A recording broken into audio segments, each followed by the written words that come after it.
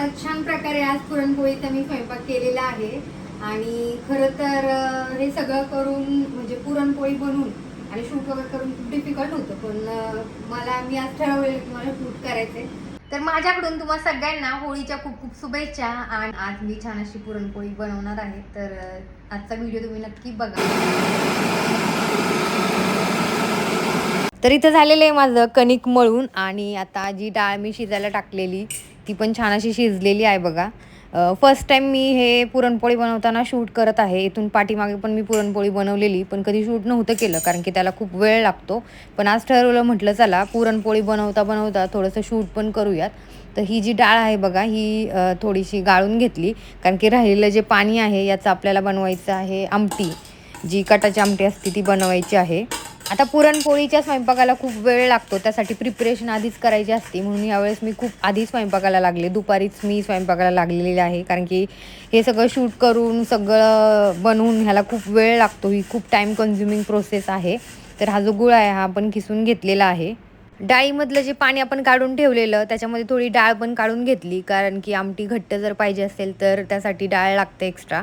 तर ती डाळ काढून घेतलेली आहे आणि आता बाकीची डाळ आहे आपण भांड्यामध्ये काढून घेणार आहे. आणि जेवढी डाळ आहे तेवढाच गूळ आपण घ्यायचा आहे आणि हे एकत्र आपल्याला पुरण आता बनवायचं आहे. खरं तर पुरणपोळीमध्ये सगळ्यात महत्त्वाचं म्हणजे पुरण हे छान झालं पाहिजे आणि ते बनवणं खूप डिफिकल्ट टास्क असतो. आणि त्याच्यामध्ये थोडंसं आता तूप घालून घेऊया. तर माझी मम्मी पुरणपोळी खूप छान बनवते. मला एवढी परफेक्ट जमत नाही आणि आधी तर जमतच नव्हती, पण आत्ता मला जमायला लागलेली आहे. त्याच्यामुळे सगळ्यात मेन पार्ट असतो पुरणाचा, त्याच्यामुळे ते जर परफेक्ट झालं तर पुरणपोळीचा स्वयंपाक पण खूप छान होतो. बाकी काय सगळं इझी आहे, पण सगळ्यात महत्त्वाचं म्हणजे पुरण छान होणं. त्यासाठी खूप साऱ्या ट्रिक्स आहेत किंवा यूट्यूबवर व्हिडिओ पण आहेत, तुम्ही वेगवेगळ्या यूट्यूबवरच्या रेसिपी पण पाहू शकता. मी मधुराज रेसिपीचं बघते आणि त्याचप्रमाणे सगळे जे पदार्थ आहेत ते बनवते.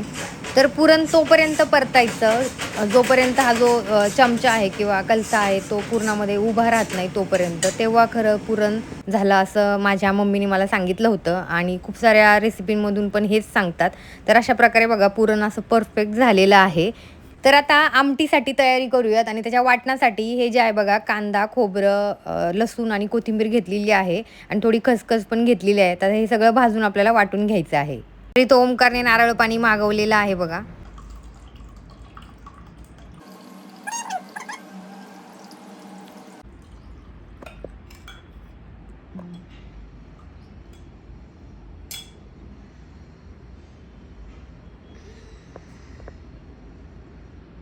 तर या ब्लिंकिटवरनं मागवलेल्या नारळामध्ये खोबरं पण आलेलं आहे आणि खोबरं मला खूप आवडतं.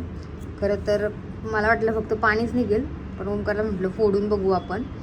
आणि नारळ जरा महाग पडले, 185ला 2, म्हणजे 92 रुपीजला एक नारळ, कारण की डिलेवरी चार्जेस हे ब्लिंकिटवाले खूप लावतात. पण जाऊ दे, आता हे खोबरं मिळालं तर आपण खाऊया, समाधान मानू ह्याच्यामध्ये. वाव, ते बघ किती चांगलं. चला, मलई. तर आता मिक्स झालेलं जे पुरण आहे बघा, हे आता आपण काय करूयात, पुरण पात्राच्या साह्याने, पुरण पात्र नाही ॲक्च्युली, ही छोटीशी म्हणजे चाळण आहे आणि चाळणीतून आपण हे चाळून घेऊया, म्हणजे पुरणपोळी फुटत नाही आणि पोळी छान लाटता येते.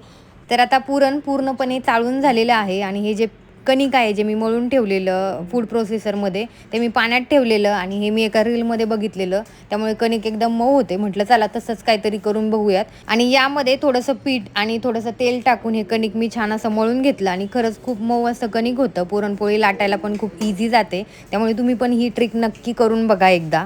तर कटाच्या आमटीसाठी लागणारा जो मसाला आहे तो बनवूयात आणि हे जे आहे सगळे कांदा आणि खोबरं फ्राय वगैरे करून घेऊयात आता. तर कांदा हा छान लालसर असा भाजून घ्यायचा आहे. त्यानंतर खोबरं, कोथिंबीर, लसूण किंवा तुम्ही आलं पण टाकू शकता. मी थोडी खसखस टाकलेली आहे. अशा प्रकारे हे सगळं जे वाटण आहे ते आपल्याला वाटून घ्यायचं आहे. पातेल्यामध्ये तेल आणि जिरं मोहरी टाकून छान अशी फोडणी द्यायची आहे आणि फ्रेश असा कढीपत्ता टाकलेला आहे बघा. आणि आता तेलातच मी लाल तिखट टाकते, कारण की आमटीला छान कलर यायला पाहिजे म्हणून. त्यानंतर वाटलेला हा मसाला टाकून घेतलेला आहे.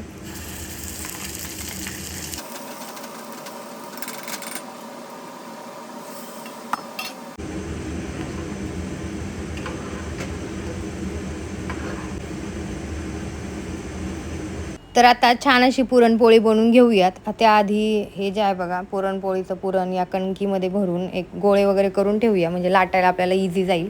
आणि जर एकदम प्रॉपर मळलं असेल आणि ते छान भिजत ठेवलं, म्हणजे खूप वेळ मळून ठेवलं, तर पोळी छान होते आणि फुगते पण.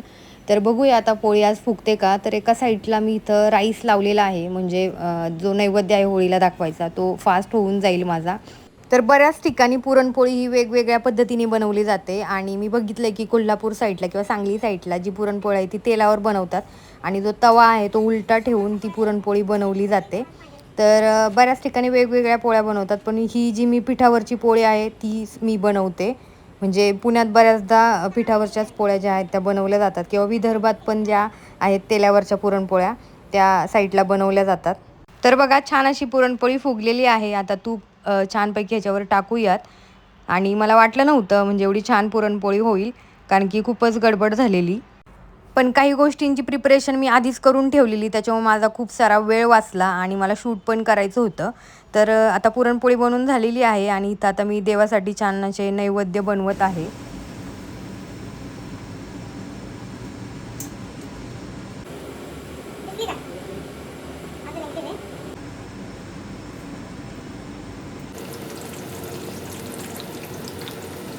तर छान अशी आपली भुर्जी तळून झालेली आहे आणि माझं झालेलं आहे पुरणपोळीचा स्वयंपाक. खरं तर खूप डिफिकल्ट होतं, कारण की मी प्रिपरेशन आधीच करून ठेवलेली आणि आता ही भुर्जी काढते. हसवते कशाला, बनवते ना मी व्हिडिओ. तर मग छान असा पुरणपोळीचा स्वयंपाक केलेला आहे मी. तर खूप डिफिकल्ट टास्क होता माझ्यासाठी, कारण की हे सगळं जेवण बनवून शूट करणं नॉट इझी. खरंच जे म्हणजे फूडचे व्हिडिओ बनवतात त्यांना मांडलं पाहिजे, कारण की इतकी कॅपॅसिटीच नसती तर सगळा छान स्वयंपाक करायचा. एवढा पुरणपोळीला खूप तामझाम असतं खरं तर. एवढा छान स्वयंपाक करून शूट करणं हे खूप डिफिकल्ट असतं. त्याच्यामुळं आज आपण झालेलं आहे गरम गरम भजी बघा छान काढूयात आपण. आणि आता छान प्रकारे असं नैवेद्य दाखवायचं आपल्याला. तर आता आपण चालू बघा खाली होळी पूजनाला. तर लिफ्ट आलेली नाही, तर ह्याच्यामध्ये पूजेचं साहित्य घेतलंय, नैवेद्य घेतलंय. आणि आता आपण जाऊया.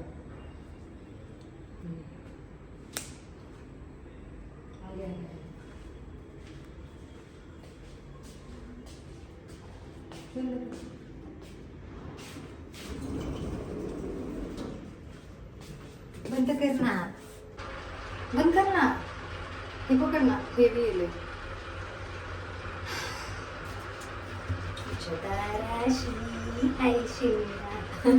आज फर्स्ट टाइम मी बरोबर टायमिंग मध्ये चाललेले आहे माहिती. तर ते एव्हरी टाइम काही ना काहीतरी एक तर नैवेद्य झालेलं नसायचं आणि एकदम लेट सगळ्यांच्या अख्ख्या गावाच्या मागून. आणि आज मला बघ